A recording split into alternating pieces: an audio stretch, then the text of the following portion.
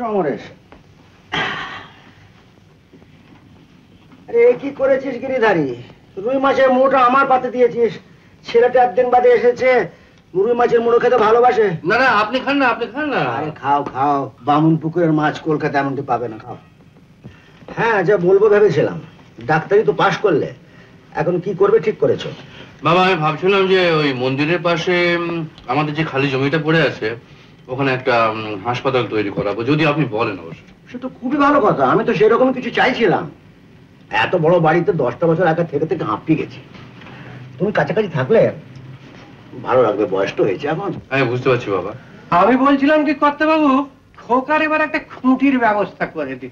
ঘরেতে বাচ্চা বাচ্চা না থাকলে কি ভালো লাগে? খালি খালি মনে হয়। খালি খালি মনে হয়, অত যদি খালি খালি মনে হয় তো আমার জন্য একটা কাকিমা নিয়ে এসো। ঠিকই তো বলছে গিরিধারী, বিয়েটা তো করতেই হবে।